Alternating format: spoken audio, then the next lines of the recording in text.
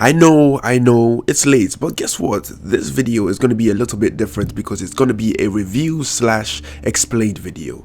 A quick apology to the people who were expecting my review straight after the episode aired, but the thing is that my scheduling and way of life just doesn't allow me to review a lot of series, like say for example Dragon Ball Super, which I used to review, but because of scheduling issues I can't. So yeah, that is my excuse for not uploading this review or reviewing other anime series. This episode left a lot of people brain dead and brain damaged because they are trying to figure out all these hints that are being dropped here and there. Now what I will tell you is that the reason why people are left confused is because all these hints are dropped within episodes. So we have the entire season 2 with hints that point out what is going on, and thing is they have scattered all the hints in every episode of season 2, so it's really hard to piece everything together, but that is why I am here and I will break it down for you. So I'm going to start with number 1, and number 1 is the picture with Connie's mom. Now we can see that the picture with Connie's mom resembles the Titan who is laying there, and the Titan even said welcome home to Connie. So if you put 2 and 2 together,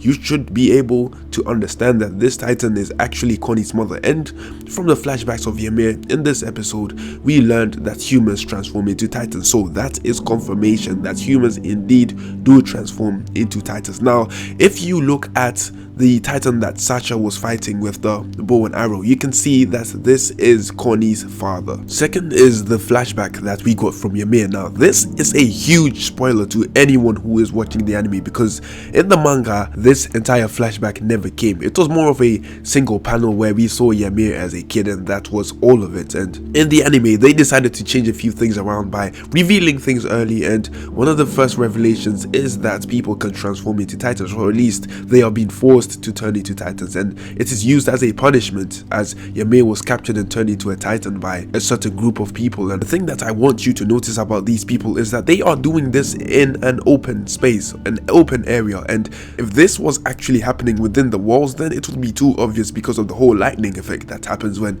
people turn into Titans, right? So this is definitely not happening within the walls because there are no walls to be seen in the first place. And we also know that this cannot be the top of the walls because there are people actually guarding it. We know that Ymir actually reads a foreign language which no one within the walls can read, and also Reiner and Bertolt were surprised that she could actually read the language, and they come from a different place, a different town as they claim. So definitely these people are from the town that Reiner and Bertolt are talking about. In the episode, Ymir asks a stupid question. She says, if I come with you, what will happen? It's like, Ymir, they are bad guys. Whenever a bad guy takes you, nothing positive ever comes of it. Nothing positive happens to you, and that is in every hostage situation. Like they said it themselves, if we take you, we cannot guarantee your safety. So basically they are giving her 2 options. It's either she goes with the Survey Corps and gets to help humanity with her Titan powers like Eren is doing, as well as live a happy life, or she gets to go with Reiner and Bertolt and potentially die. And she chooses to potentially die because that is the better option apparently. From my perspective, that is a really stupid decision because at the end of the day, what is in it for you? You already know what will happen if you go back to the Survey Corps, but if you go with Reiner and Bertolt, there is really nothing in it for you. The next point is that we get a little bit of explanation as to why Eren is being targeted by Annie and all these people who are trying to capture Eren. So the reason is because he has something called the coordinate, or potentially he has something called the coordinate, and Reiner and Bertolt say that if they are mistaken, then that means that their journey, or at least their mission, is not done, meaning that they are going to have to come back. But the question is, how are you going to be able to return when everyone already knows your identity? And the thing is, if Eren does not have the coordinate, then it means that another Titan shifter must have the coordinates. And anyways, it's not like the Survey Corps or everyone within the walls will easily just give them the coordinate or whatever they are looking for. And that is even if the Survey Corps know what the coordinate is themselves, because the reason why they are capturing Eren is because Eren is special and he can transform into a Titan. So definitely it has something to do with that. And the thing about the Survey Corps and everyone within the walls is that they are just discovering about Titan shifters and all these kind of things. So it's like they most likely don't even know what the coordinate is. The next thing I'm going to talk about is this whole Titan and human process. Okay, so we have a screenshot here of Ymir saying, okay, so I guess that is how it works. So let me explain everything from scratch. So we have Ymir, who was turned into a brainless titan who was left wandering for apparently 60 years, and she remained brainless for 60 years, and after she ate a human, she transformed back into her normal state. She transformed back into a human, and if you look at the human she ate someone who most likely is able to transform into a titan as well, because it was Reiner, Berthold, Annie, and this guy who were at the camp doing something before Ymir came in and ate the guy. Now we know that Ymir had no control whatsoever of her titan form when she was brainless until she ate the guy and turned back to normal. Then after that, if she was to turn into a titan, she would be able to control the titan. Now we have Berthold here who was asking Ymir whether she remembers the guy that she ate, and Ymir says no, and then Berthold says Eren doesn't remember who he ate either. So definitely Eren ate someone in order to gain control over his titan power, meaning that Eren at one point must have been a brainless titan.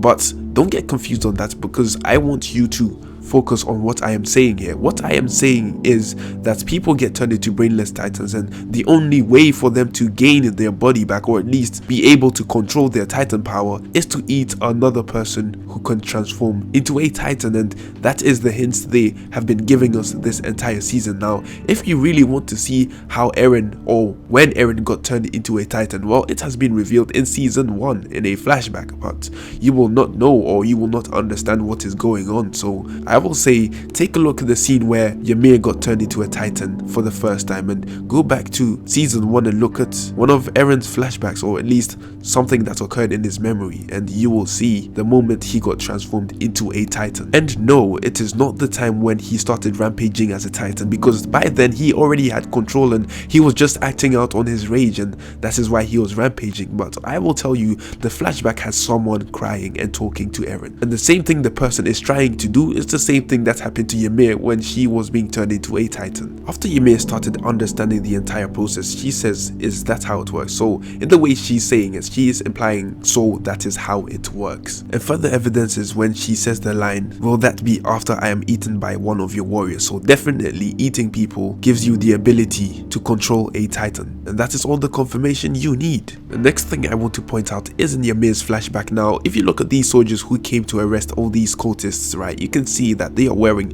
uniform which is not known, or at least has not been seen from inside the walls. So definitely these people are not inside the walls, and the fact that they are getting arrested and turned into titans means that they have committed a crime, which is to worship an idol, which is Ymir. Now if you want to deeply analyze this, you can say that this itself is a insult to religion itself, because if you look at what these people did, is they found a random kid and decided to worship the kid, and now they have a huge following of people who actually believe what they are saying. And as time goes on, the whole following will get bigger and bigger, and before you know, an entire culture believes in this kid who is apparently their one-way ticket to immortality, and this might go on for entire centuries to come. But the thing is that you do not know what the origin story was, which was a random kid on the street who was found and turned into this religious symbol. Now that is a really big jab to religion itself, and that is what a lot of people say that religion is all based off. It's all based off theories and lies, and no one really knows the origins and stuff. So yeah, this anime really goes deep into certain themes and beliefs and stuff, so it all depends on how you analyze the information. Like my brain is fucked up, and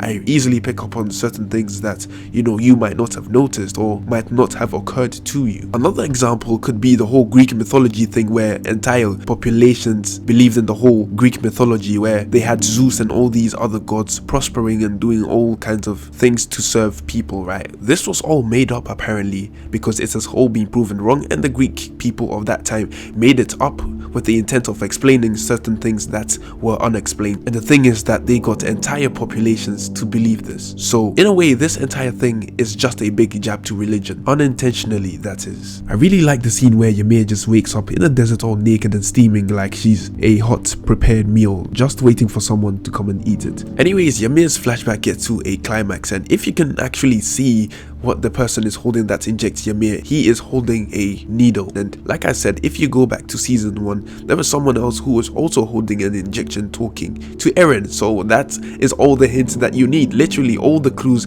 have been put in every single episode of season 2. The whole deal about Ymir is that she feels lonely, and the thing is that she wants to feel needed, and that is why we have the whole flashback where she allowed the people to deceive themselves by thinking that she is important. So that made her feel needed, and that is why she continued to pretend to be the person that they need.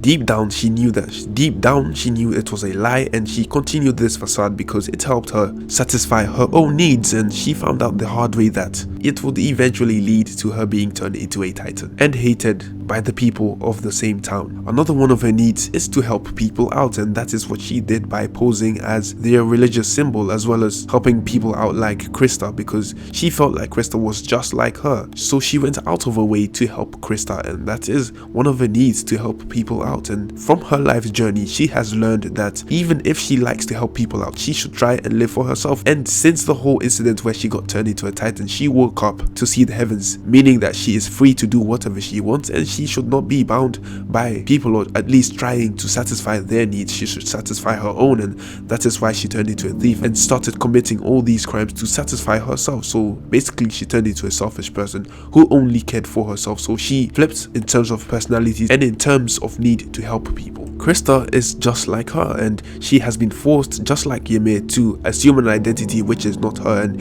Ymir is trying to help Christa out to come out and be the person that she really is. So even though she is trying to be selfish, a little bit of her previous self who wanted to help people is still in there, and that is why she is trying to help Christa out. Oh, and remember one of those people who were talking shit to Levi, talking about joining the Survey Corp and destroying some titans? Guess what? At least one of them got eaten in this episode by a titan. So yeah, I quickly picked that up when I saw that in the scene. And one more thing, I really like the line where Hannes says, "I will get Eren back, even if it means trading my life for it."